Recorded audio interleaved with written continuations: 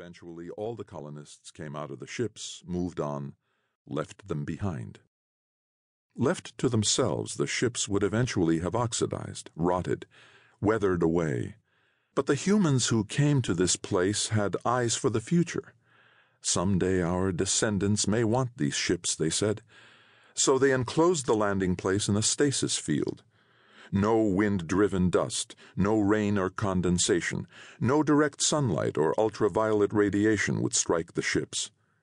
Oxygen, the most corrosive of all poisons, was removed from the atmosphere inside the dome.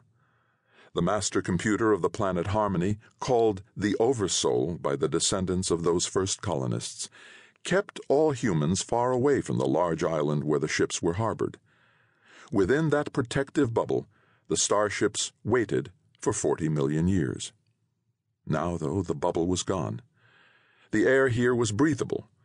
The landing field once again rang with the voices of human beings, and not just the somber adults who had first walked this ground. Many of those scurrying back and forth from one ship or building to another were children.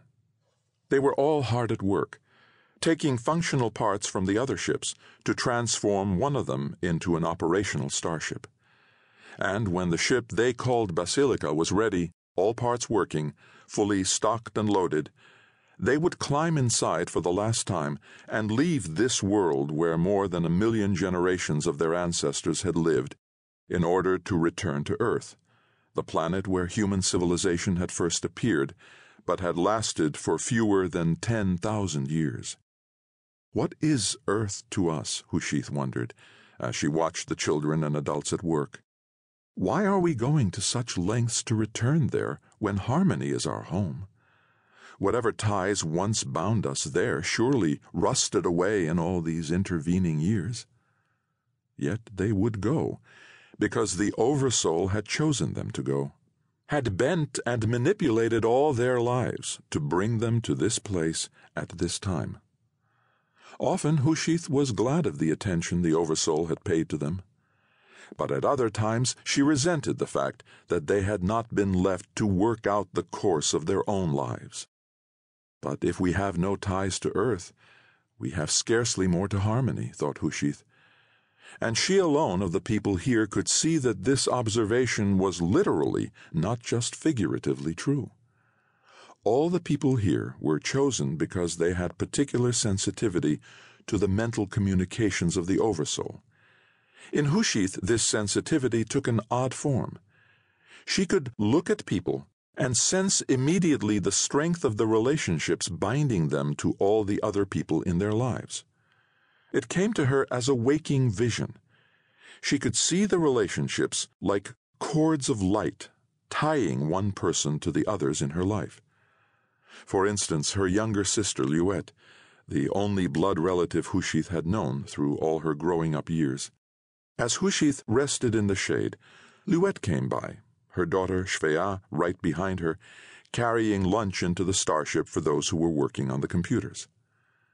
All her life, Hushith had seen her own connection to Lutya as the one great certainty.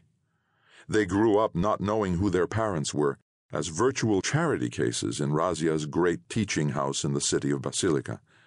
All fears, all slights, all uncertainties were bearable, though, because there was Lutya, bound to her by cords that were no weaker for being invisible to everyone but Hushith. There were other ties, too, of course. Hushith well remembered how painful it had been to watch the bond develop between Luette and her husband, Nyafai, a troublesome young boy who had more enthusiasm than sense sometimes.